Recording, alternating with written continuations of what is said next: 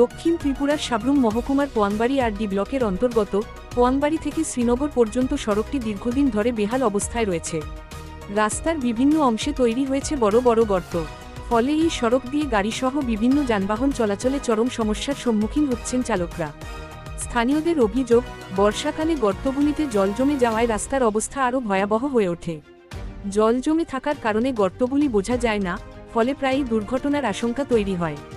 স্থানীয়রা সরকারের কাছে দ্রুত সড়কটি সংস্কারের দাবি জানিয়েছেন। তাদের আশঙ্কা, দ্রুত মেরামত করা না হলে আগামী দিনে দুর্ঘটনার সংখ্যা আরও বাড়তে পারে।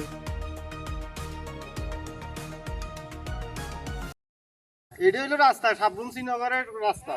হ্যাঁ, রাস্তা এটাই দেখেন নি অবস্থাটা। এটার মতন দুঃখ আর নাই পৃথিবীর রূপে।